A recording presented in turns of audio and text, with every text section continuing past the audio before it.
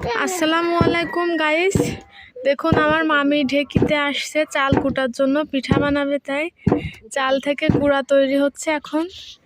আমার মামি এইটা, আর এটা হচ্ছে আমার মামাতো বোন। ও হলো ওই যে ঢেকিতে পাড় দিচ্ছে। এখন আমরা এই চাল গুঁড়া করে নিয়ে যেয়ে তিল পিঠা বানাবো। দেখুন বন্ধুরা, এই যে ঢেকি থেকে কি সুন্দর চাল গুঁড়া হয়ে গেল। তো এই ঢেকির প্রচলনটা কিন্তু এখন উঠেই গেছে, সবার ঘরে ঘরে আগের মতো এখন আর নাই। তো আমরা আসছি এক প্রতিবেশীর ওই বাড়ি চাল গুঁড়া করার জন্য। এখন আমরা এই চাল গুঁড়া করে নিয়ে যেয়ে পিঠা তৈরি করব। দেখুন বন্ধুরা, আমরা যেখানে চাল গুঁড়া করতে এসেছি সেইখানে রাজহাঁস আছে, দুইটা বড় বড় রাজহাঁস। দেখুন অনেকগুলাই দেশি মুরগি আছে। আসলে গ্রামীণ জীবনযাপনটা এরকমই হয়। দেখুন অনেক বড় একটা দেশি মোরগ, হাঁস দুইটা ডেকে বেড়াচ্ছে। দেখুন বন্ধুরা, আমাদের চাল প্রায় গুঁড়া হয়ে গেছে। আমরা মামি এখন চালের গুঁড়াটা উঠিয়ে নিচ্ছে।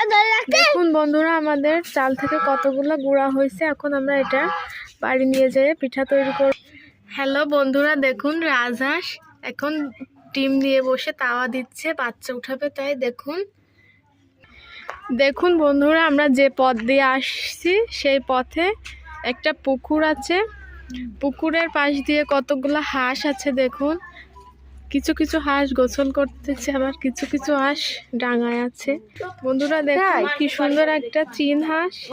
দেখুন বন্ধুরা, এই যে চিম গাছে কতগুলাই না চিম হয়েছে। আসলে গ্রামীণ জীবনটা অনেক সুন্দর। আবার যারা শহরে থাকে তাদের কাছে গ্রামে এসে থাকতে অনেক কষ্ট হয়ে যাবে। দেখুন আমরা যে পথ দিয়ে আসছিলাম গুঁড়ো কুটতে, সেই পথে কতই না একটা মেহগনি বাগান। মেহগনি বাগানে দেখুন কতগুলো গাছ আছে, আর মেহগনি বাগানের নিচে পাতা পড়ে ভরে আছে। দেখুন এটা আমার মামাতো বোন ছোটটা। দেখুন ও কিভাবে দুষ্টামি করতে আছে, আর সামনে আমার মামি যাচ্ছে। দেখুন বন্ধুরা, আমার এক চাচির বাড়ি, কি সুন্দর মাটির একটা চুলা বানাইছে। চুলাটা বেশ সুন্দর দেখতে। দেখুন বন্ধুরা, আমরা আমার নানার বাড়ি চলে এসেছি। দেখুন এইটা হলো আমার নানাদের বাড়ি। আমরা এখন পুকুরের ধারে যাচ্ছি রোদ পোহাতে। আমার নানাদের পুকুর এটা।